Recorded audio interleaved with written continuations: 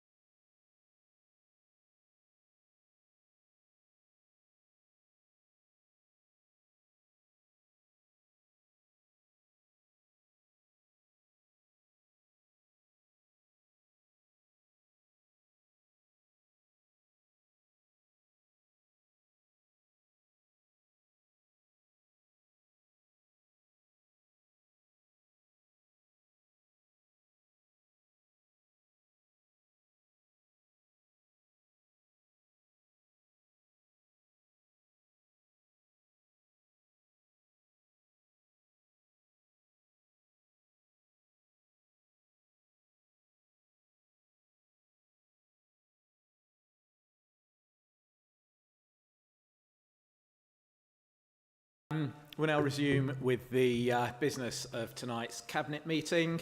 I'll be chairing the meeting, and to manage the business as efficiently as possible, I will invite people to speak one at a time to ensure that their contributions are properly heard. Therefore, please only speak when invited to do so. I think everybody here is familiar with the fire evacuation procedure, so I will move straight on to agenda item number 1, communications and apologies, which none have been received. And agenda item 2 is the presentation of petitions, and we have none of those this evening. Agenda item 3 is declarations of interest. Do any members have any interest to declare? There are none. Agenda item 4, speeches by non-cabinet members. The usual rules with a bit of flexibility shall apply. Agenda item 5, minutes of the previous meeting. In accordance with the Constitution, we are only able to discuss the accuracy of those minutes. Are there any issues around the accuracy of the minutes of the meeting held on 12th of February?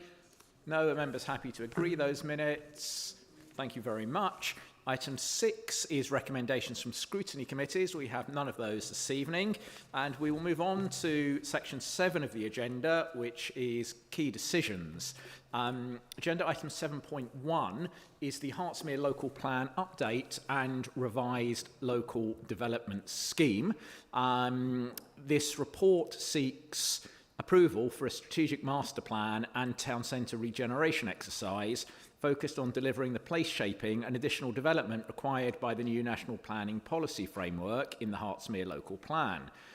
The report also seeks the approval of additional funding to procure, develop and implement the aforementioned master plan studies, as well as meet the increased resourcing required in the planning policy team and the increase in general expenditure in order to work towards the timescales set out in that local development scheme.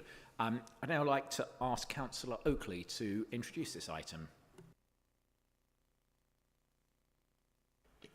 Thank you, Leader. As everybody knows, we had a change of government last year, and with it came aspirations for much higher housing numbers. Now, as far as our local plan was concerned, we had almost a year ago gone out to Reg 18, and had we been progressing with our draft local plan, we would have completed in January our Reg 19 with the intention of submitting it to the inspectorate by the summer. Because of the additional housing numbers that we have, we need to extend the content of our draft local plan to accommodate the additional housing numbers and all the necessary infrastructure that needs to support that. Now, given that our strategy has been brownfield first and the minimal use of Greenbelt, and to have an entirely new sustainable settlement, we have developed that idea, and what we have before you is the result of the discussions about the direction of travel. And so there's two parts to this. One is about the LDS, which gives us the timetable for that draft local plan. And it's very important, I think, that as an administration we are responsible in ensuring that it is completed by the end of the term in 2027. Now, in the process of doing all of this, we have looked that regeneration is very much the direction of travel that we need to go in to protect the green belt that our residents so rightly wish to protect. So within this report, we have the direction of travel, if you like, for regenerating Boreham Wood Town Centre and Potters Bar Town Centre. We have a request for additional sums for the draft local plan. We have a very small policy team, and the volume of work that needs to be done to complete the extension of our draft plan will need to be supplemented by additional staff and consultants. So we are basically requesting funding to progress both of these strands. Thank you, Councillor Oakley. Comments from visiting members? Councillor Bright.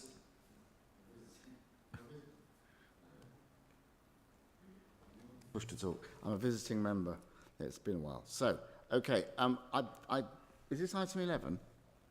Have we jumped forward to item 11? Is that the one? Huh? 7.1. So, because I'm just trying to work out the difference because I've gone online here. It's very interesting to hear from Councillor Oakley in relation to the admission that we're not actually going to get a local plan in place to the end of this term, which is another 2 and a bit years, after we were promised one within about 6 months or so. We never thought that was going to happen, but we're not in a position, we're fed up with it being in hindsight. That's not what this is about. Bearing in mind that Hertsmere has only got about 2 years left, maybe 3 at the most, because in letters to the leader of the council and everyone else, the cabinet have made it very clear, Jim McMahon, that districts and boroughs are going to go. So what we do want to do is make sure that we leave in place some kind of legacy. And I do think it's important that we do work out what we can do for the best of all our borough in that time, even if it means kicking off that work and starting that work to see that it's carried on, which troubles me slightly that we're talking about Bournemouth Centre, Town Centre regeneration, not on the plans I've been looking at, and again, maybe I haven't got the most up-to-date ones. I've been looking at what is effectively the Elstree Way corridor. It doesn't go into the town centre on the maps I've got. And I didn't see detail about Potter's Bar. My concern is that what you're trying to do is persuade Bushy and Bushy members that by going ahead with this, they will not have to have any build in Bushy, particularly on Greenbelt. We all know that's not true, but it's possible that that is what is being pushed for. And I think we'll try and tease more of this out, I should imagine, at full council. What I would just say to you is that in the reports I've been reading, there's been a lot of red when it comes to risk from officers, and that concerns me. I would ask that any plans that come forward go back to Reg 18, go back to the public. Labour made it very clear in their manifesto. I was reading it this afternoon, how much Reg 18 is important to them, going out and asking residents what they think, and that would inform their opinions around local plan. And I hope that this update, whatever it is, while I'm still trying to understand it, with the detail that it's got and the amount it's going to cost, and the change in the one that it was before, I do hope that we will be going out to Reg 18 and not straight to Reg 19. People need to be heard and ideas need to be sought as well. So on that basis, Mr. Mayor, Mr. Leader, thank you very much for allowing me to speak. Thank you very much for that contribution. You promoted me to Mayor for a moment there. I will, allegedly, and I won't pause for a message from our sponsors, but I'll go straight to members of the Cabinet to comment and respond.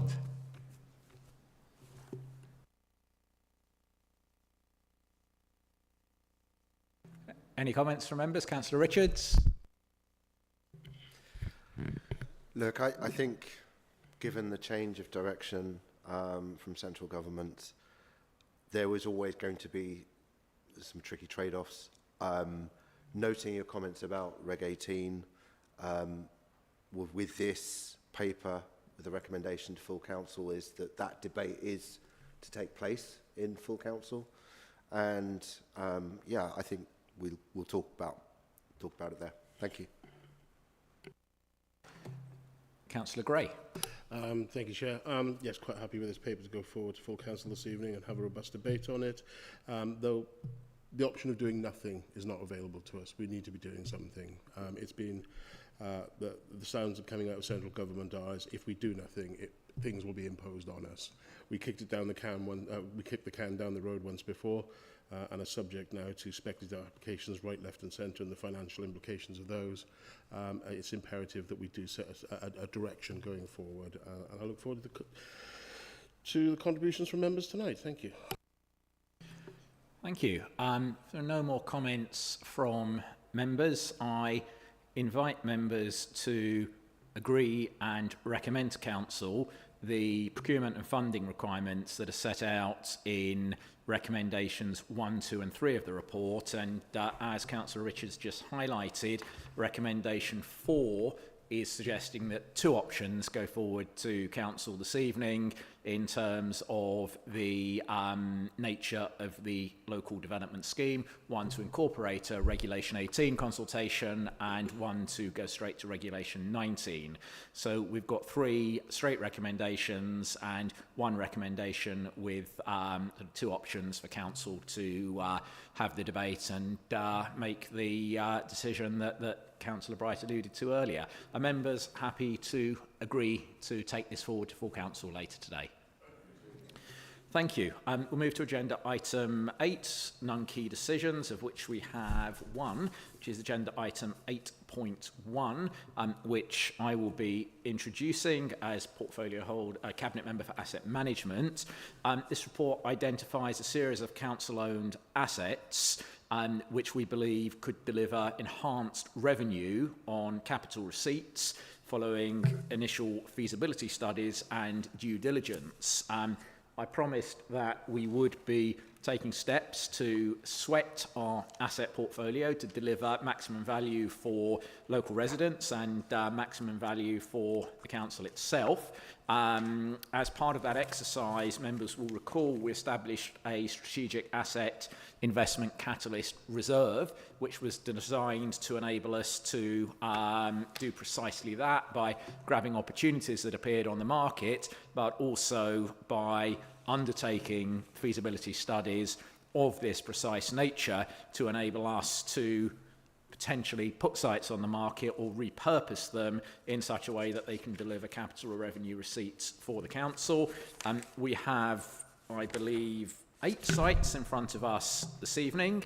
I don't intend to go through each one in detail because they are all set out in the report. Some of them are sort of straightforward property projects. Others are looking at buildings which have become disused and beyond economic repair and repurposing them for direct community benefit. And I'm sort of happy for us to move straight to comments from non-cabinet members. Councillor Bright. Thank you very much indeed. Look, I think it's a good idea to make sure that we use the best of our assets, but you'll know, obviously, that once we've used them, if we sold them, that's it, you can't sell them again.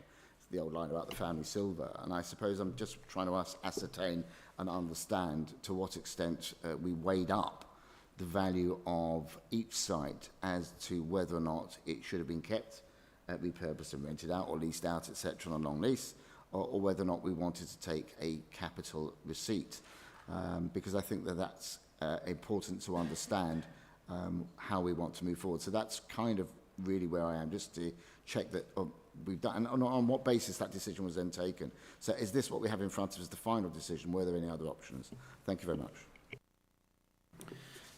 Thank you. Look, what you have in front of you has emerged from a process of officers analysing the current property portfolio and looking at the most deliverable opportunities to, I guess, turn the family silver into gold, either in the form of